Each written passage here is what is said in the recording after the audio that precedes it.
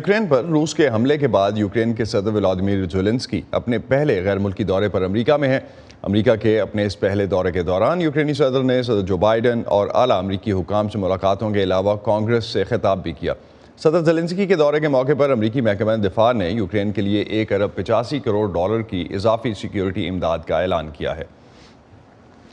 یوکرینی صدر نے صدر بائیڈن سے وائٹ ہاؤس میں ہونے والی اپنی ملاقات اور کانگریس سے اپنے خطاب میں کیا کہا، اس بارے میں مزید جانتے ہیں نیلوفر مغل سے جو اس دورے کو کور کر رہی ہیں اور اس وقت کیپٹل ہل سے ہمارے ساتھ ہیں۔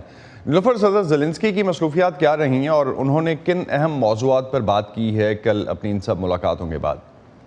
جی اسد، کل وائٹ ہاؤس میں ان کی صدر بائیڈن سے ملاقات ہوئی اور اس ملاقات میں دونوں لیڈروں نے روس کے حملے کے خلاف جو متحد ہونے کا اظہار کیا اور تعاون کا بھی اظہار کیا۔ صدر بائیڈن نے ملاقات میں کہا کہ صدر زیلنسکی جو ہیں وہ ایک باہمت شخص ہیں اور وہ اپنے ملک کے لیے لڑنے کے لیے تیار ہیں۔ انہوں نے صدر زیلنسکی کو خراج بھی پیش کیا۔ صدر زیلنسکی نے کہا کہ وہ اپنی جو جان دینے یعنی یوکرین کی حمایت کے لیے بائیڈن اور امریکی جو قانون ساز ہیں، اس کے علاوہ امریکی جو عوام ہے ان کا شکریہ ادا کرتے ہیں کہ انہوں نے ان کی مالی اور فوجی امداد کی اور حمایت کا بھی اظہار کیا۔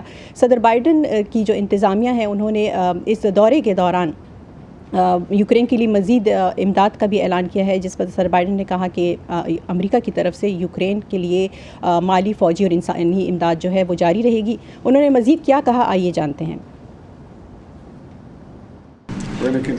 ہم یوکرین کی دفاعی صلاحیت کو مضبوط کرنا جاری رکھیں گے، خاص طور پر فضائی دفاع، اور اسی لیے ہم یوکرین کو پیٹریاٹ میزائل بیٹریاں فراہم کرنے جا رہے ہیں اور آپ کی افواج کو تربیت دے رہے ہیں تاکہ یہ انہیں درست طریقے سے استعمال کر سکیں۔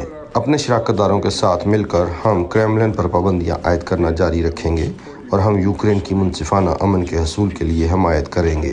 صدر زیلنسکی، امریکہ یوکرین کے عظیم لوگوں کے ساتھ کھڑا ہے، ہم آپ کے ساتھ کھڑے ہیں۔ میں دل سے تمام یوکرینیوں کی طرف سے، ہماری مضبوط قوم کی طرف سے آپ کو سراہتا ہوں۔ ہم یورپ بھر میں آپ کی زبردست حمایت اور قیادت کے لیے آپ کا شکریہ ادا کرتے ہیں۔ بہت سے ممالک نے ہماری مدد کی اور کر رہے ہیں، لیکن جنگ ختم نہیں ہوئی۔ میں اپنے شراکت داروں، کانگریس اور اپنے عوام کی جانب سے امریکی عوام کا شکریہ ادا کرتا ہوں۔ صدر زیلنسکی نے کل رات امریکی کانگریس سے بھی خطاب کیا، جس کا مقصد یوکرین کے لیے حمایت اور روس کو ایک ٹھوس پیغام بھیجنا تھا۔ انہوں نے اپنے اس تاریخی خطاب میں یہ کہا کہ امریکہ جو ہے ان کی امداد اور ان کے لیے توانائی اور اس کے علاوہ جو دیگر مالی امداد ہے، ایک بار پھر انہوں نے اس پر شکریہ ادا کیا اور امریکہ کی طرف سے حمایت پر ان کا یہ کہنا تھا کہ آئندہ جو سال ہے یعنی 2023 کا سال، وہ یوکرین کی جنگ میں ایک اہم موڑ جو ہے وہ ثابت ہو سکتا ہے۔ جی اسد، بہت شکریہ نیلوفر، آپ ہمیں اس حوالے سے اپڈیٹ کر رہی تھیں جو کہ اوور آل ڈیولپمنٹس رہیں اور خاص طور پہ ولادیمیر زیلنسکی کے دورہ واشنگٹن میں جو چیزیں سامنے آئیں۔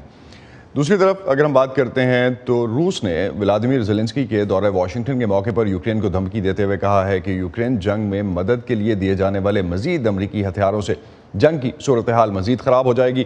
کریملن کے ترجمان نے خبردار کیا کہ یوکرین کو مغربی ہتھیاروں کی سپلائی کے بہاؤ نے تنازع کی شدت میں اضافہ کیا ہے اور یہ در حقیقت یوکرین کے لیے اچھا اشارہ نہیں ہے۔